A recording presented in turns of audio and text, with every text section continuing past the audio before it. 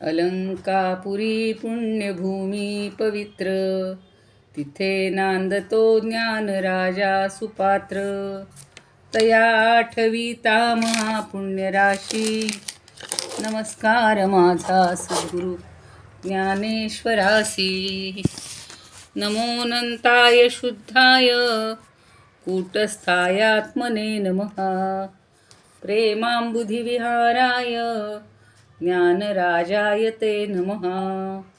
माधुर्यरसकल्लोला शिवशक्तिस्वरूपिणीम्, अमृतानुभवार्थाय वंदे ज्ञानेशनंदिनीम्.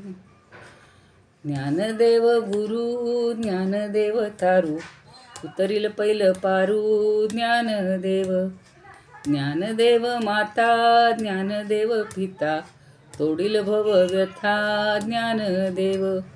ज्ञानदेव माझे सोय रे धाय रे, जीवलग निर्धारे ज्ञानदेव.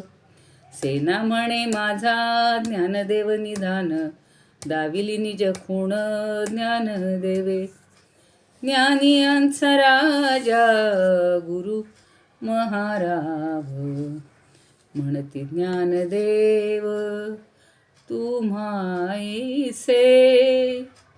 मज पामरा हे काय थोरपण, पायीची महाण पायी बरी. ब्रह्मादिक जेथे तुम्हा ओळंगणे, इतर तुलने काय पुढे. तुका म्हणे नेणो युक्तीची आखोली, म्हणून ठेविली पायी डोई. म्हणून ठेविली पायी डोई. ज्ञानियांचा राजा गुरु महाराज, म्हणती ज्ञानदेव तू माईसे. समाधिस्थ मूर्तिं भजे ज्ञानदेवं, भजे ज्ञानदेवं, भजे ज्ञानदेवं. कलावज्ञ जीवोद्धरार्थावतारं, कलांकाक तेजोधिकामोदिवक्त्रं. खलानीशवादापनो दार्हदक्षं, समाधिस्थ मूर्तिं भजे ज्ञानदेवं. समाधिस्थ मूर्तिं भजे ज्ञानदेवं. अलंकापुरी रम्यसिंहासनस्थं, पदाम्भोज तेजस्फुरद्दिक्प्रदेशं. विधीन्द्रादिदैवः सदा स्तूयमानं, समाधिस्थ मूर्तिं भजे ज्ञानदेवं. समाधिस्थ मूर्तिं भजे ज्ञानदेवं. गदाशङ्खचक्रादिभिर्भाविताङ्गं, चिदानन्दसंलक्षनाट्यस्वरूपं.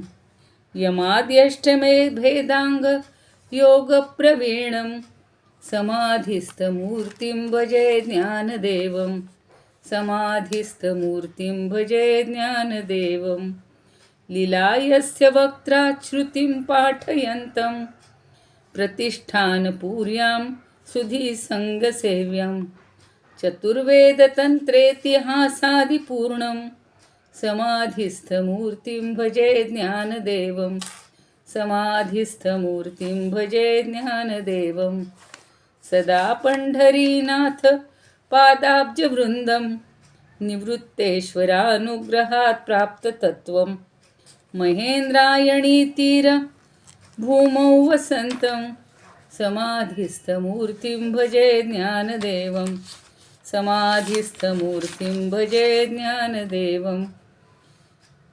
रणे कृष्णबीभत्सु संवादभूतो, रूढितार्थबोधाय ज्ञानेश्वरी वै. कृतिर्निर्मितायेन चप्राकृतोख्यां, समाधिस्थ मूर्तिं भजे ज्ञानदेवं. समाधिस्थ मूर्तिं भजे ज्ञानदेवं. समाधिस्थ मूर्तिं भजे ज्ञानदेवं. ज्ञानेश्वर महाराज की जय. पंढरीनाथ भगवान की जय. जय तू श्रीकृष्ण, जय तू ज्ञानेश्वर. सुमिताताई बोलणार आहे पहिले याच्यातलं. हो म्हणू सांगू का ताई? हो सांगा ना, सांगा ना.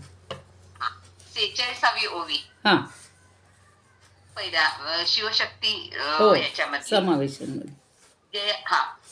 जया दोघांच्या आलिंगनी विरोनी गेली दोन्ही आगवियाची रजनी तिथीची जया जया दोघांच्या आलिंगनी विरोनी गेली दोन्ही आगवियाची रजनी तिथीची शिवशक्ती या दोघांनी एकमेकांना गाढ आलिंगन दिलेले आहे. जणू काय ते दोघेही एकमेकात विरघळून गेले आहेत. दोघांची नामरूप भेदाची अवस्था विरून गेली, नाश पावली. निराकार शिवात आकार रूप शक्ती विलीन झाली. निराकार शिवात आकार रूप शक्ती विलीन झाली की सर्वच निराकार होऊन जाते. जणू काय ती एक प्रदीर्घ रात्र झाली आहे. आता काही दृष्टीला आता काहीच दिसत नाही म्हणून ती रात्र आहे का, तर नाही आहे. म्हणून ती रात्र नव्हे, पण ती आता दृष्टीचा विषयच राहिलेली नाहीये. ती इतके एकरूप झालेली आहे की तो आता दृष्टीचा विषय राहिलेलाच नाही. रात्र नाही आणि उजेड पण नाही. ती प्रणवाच्या शब्दा पलीकडची वास्तविक अवस्था आहे. म्हणजे आता पूर्ण ज्ञाना अवस्था झाली आहे असं मला वाटतं ताई. बरोबर आहे? छान आहे, छान सांगितलंय. शेवटचं फक्त मला एवढं असं वाटतं ते की त्यांनी जे म्हणले आवघियाची रजनी दिठी जेवी, तर त्याच्यामध्ये त्यांनी तेच घेतलंय ना. हो त्यांचं घेतलं होतं पण म्हणजे ते तर सूर्य अज्ञान राहिलेलंच नाही राहिलेलं. हो हो ते आता आपल्याला पुढच्या ह्याच्यात जोडायचं. ज्ञान अज्ञानामध्ये ते आता जायचं आपण तसं. तिथे त्यांनी फक्त शिवशक्तीचं समावेशन कसं आहे हे सांगितलेलं आहे. तिथं तो विषय घेतलेला आहे. तर सूर्यप्रकाशात अंधार आणि उजेड हा भेद असतो का? बरोबर नसतो. तसं शिव आणि शक्तीमध्ये भेद नाही आहे. म्हणजे सूर्याला अंधार माहितीच नाही आहे. तसं शिवशक्तीच्या आलिंगनामध्ये एकत्वाचाच आनंद आहे, एकरूपतेचाच आनंद आहे. एवढंच घ्यायचं. म्हणजे तिथे एकरूपता एवढंच दाखवायचे बस, बाकी काय. धन्यवाद. असू दे. आणि प्रत्येकाने वेगवेगळं जरा दिलेलं असतं त्याचं, तर तेही आपण स्वीकार. म्हणजे आपण काही स्वतःचं डोकं चालवायचं नाही फारसं तिथे. आता परवा आपल्या 10 झाल्या होत्या ना, 10-11 झाल्या होत्या ना. काल 9वी आणि 10वी झाली. 10वी म्हणजे आज 11वी घ्यायची. ठीक आहे. 9वी सांगू का? हो सांगा. मी ते म्हणणारच होते, सांगा म्हणून. समुद्राच्या लाटा तरंगत असतात. ओवी वाचा ताई, प्रतिभा ताई, ओवी वाचा. अज्ञान तववरी वाडे ज्ञान जवा आपले निधान निशेष साधे. समुद्राच्या लाटा तरंगत असतात, परंतु त्या काही क्षणातच त्या नष्ट होतात. तसंच आपलं ज्ञान आणि अज्ञानाचा खेळ चालतो आणि चटकन ते निघून जातं. असेच आपले जीवन आहे. छान, बरोबर. आणि काय? बरोबर आहे. हो अगदी छान, सुंदर, बरोबर. मॅडम त्यांनी 9वी वाचायची होती. असू दे, 10वी वाचली, आता तुम्ही 9वी वाचा, असं करा. काहीतरी गोंधळ ताई तुम्हाला समजला ताई. 1 मिनिट मी बोलते फक्त. काय झालं, माझी मोठी मुलगी तुम्हाला म्हटलं होतं ना आजारी आहे. हो ती गेली. काय बोलतो? हो म्हणून मला मी म्हटलं होतं यांना सांगावं. त्या याच्यात माझा गोंधळ खूप होऊन राहिला. नाही मग तुम्हाला म्हणजे आता सावरा तुम्ही. उलट याच्यामुळे तुम्ही सावरल्या जाल लवकर. नाही आता वाचू का? नवी हो वाचा. काय झालं होतं तिला? तुम्ही म्हणला होता म्हणजे कसं डोक्याला वेगळंच वाटतं. आता जॉईन व्हायचंच. उलट हाच त्याच्यावरचा उपाय आहे सगळ्यावरचा. हो डॉक्टर मुलगी होती, 50 वर्ष वय होतं. काय झालं पण तिला? मग कॅन्सर, हार्ट अटॅक. अरे बापरे. Heart attack. मी जे त्या दिवशी त्या दिवशी जे मी म्हणलं ना, निश्वासे नाही विश्वास कदा रुद्धो भविष्यती. अगदी ते अंगाला शहारे येतात. म्हटलं आज ताईंशी बोलावंच. नाही नाही तुम्ही सांगू का, हे मुलीचं किंवा मुलाचं दुःख हे फारच, म्हणजे तो शोक आपण दशरथाचं काय किंवा सगळ्यांची उदाहरणं पाहतो.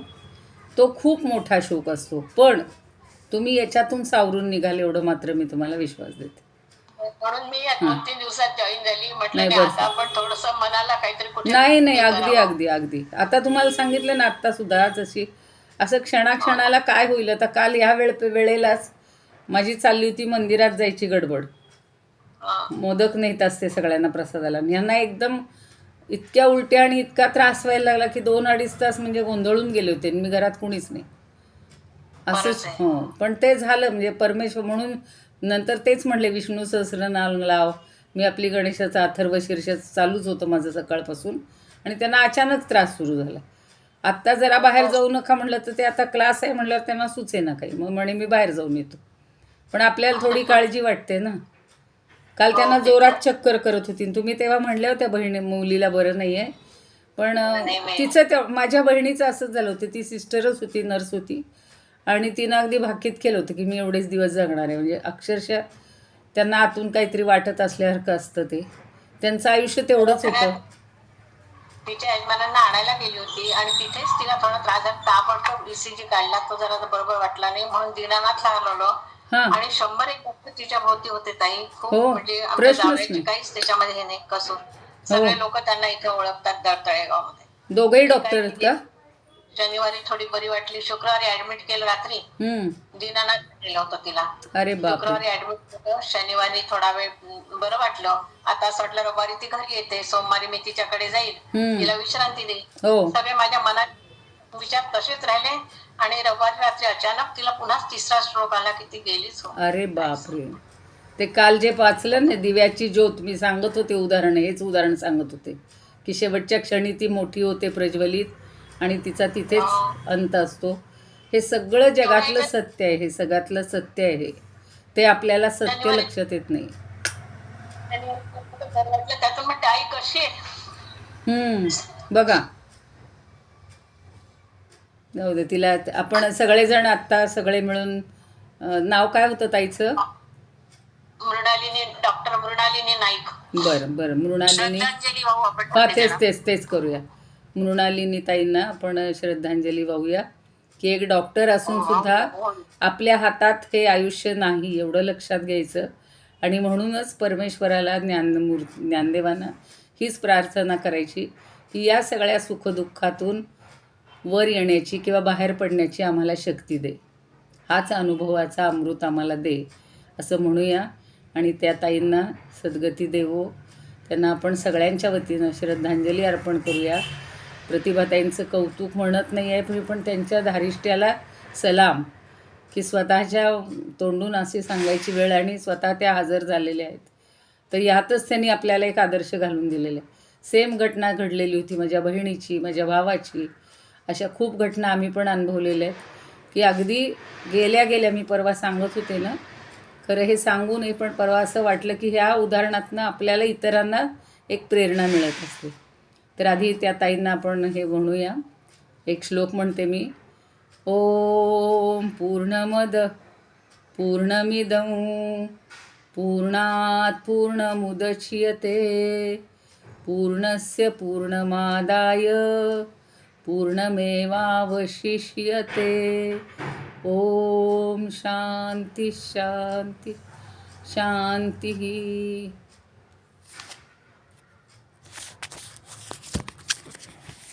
तर असं घडत असतं.